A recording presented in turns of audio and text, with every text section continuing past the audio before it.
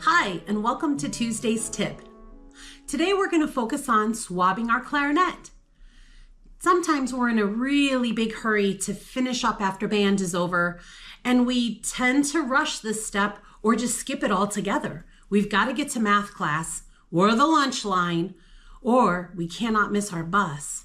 But swabbing out our clarinet and making sure that everything is dry is a really important step to keep our clarinet playing in its best shape.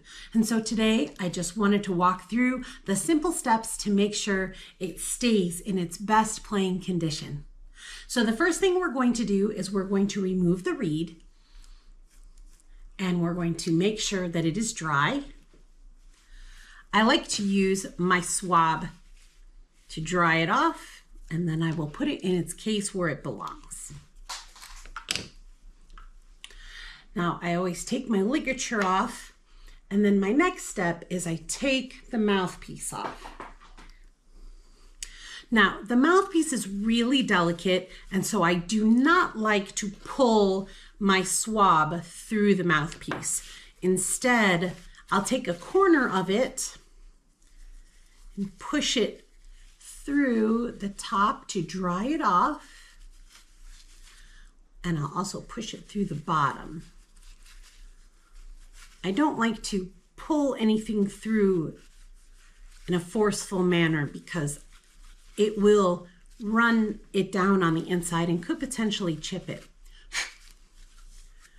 Once I feel like everything is dry and I don't see any moisture, then I replace the ligature and the cap, and I set that in my case. Okay, now here comes the important part of the actual body of the clarinet. Now I actually swab my clarinet upside down, and that may seem a little silly, but with the clarinet, when we move our air through it, our air moves from the mouthpiece to the barrel and through the top joint and downwards. And this joint here, the top joint, tends to be the one that gets most of the condensation from our air. And this is the one that tends to have the most moisture, and that's where it tends to stay.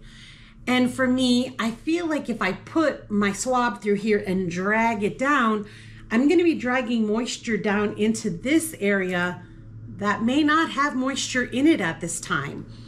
And so I'd rather not put anything down there that wasn't down there in the first place and doesn't need to be down there. So I actually turn my clarinet upside down, so bell up, and I grab my swab and I take the weighted end and I drop that down.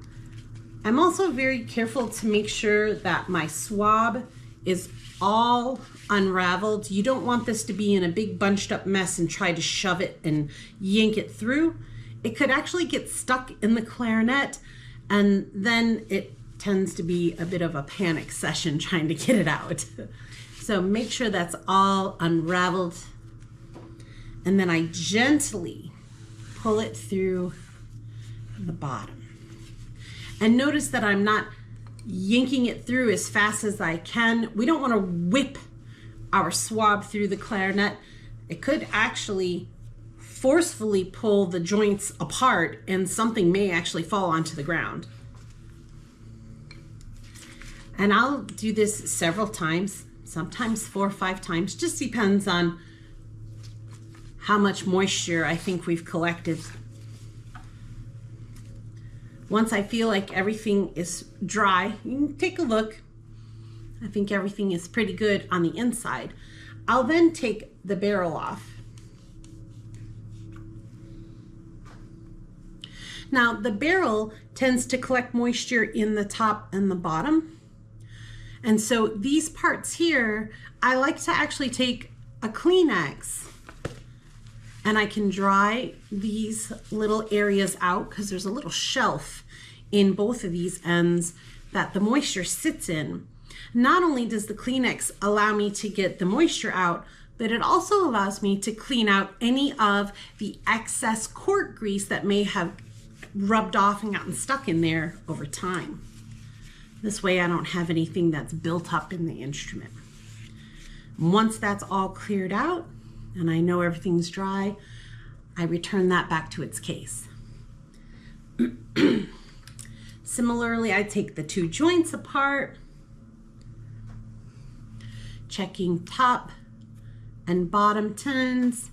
I take my Kleenex once again and I run it around the top and the bottom to make sure that there is no buildup of the cork grease, and also to just make sure that everything is dry. I also check to make sure there's no moisture coming out of any of the keys, and if there is anything, I dry the body of the clarinet off.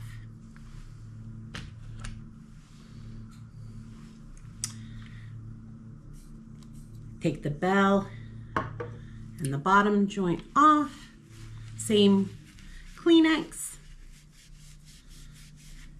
Sure everything is clean and dry, and I remove that excess cork grease. Remember, weather gets dry in the winter time, especially when we turn the heat on, so we are going to be using more cork grease, and so we want to make sure we're also cleaning it off, that excess that may build up on the bottom here in these little ledges. We don't want all that gunkiness over time pushing onto the body and then potentially getting stuck anywhere else. And then lastly, the bell. A little swipe through, making sure everything is clean. Now I know sometimes we're really pressed for time at school, and so we have to take our instruments apart really quickly and put it back into the case. But remember, you can always go back when you get home, take it apart, swab it, use your Kleenex, and make sure that everything is clean and dry. The more you take care of your instrument now, the less your repair technician will have to take care of your instrument later. Thank you so much for joining me on this Tuesday's tip. Don't forget to subscribe, hit that notification button so you'll never miss a note.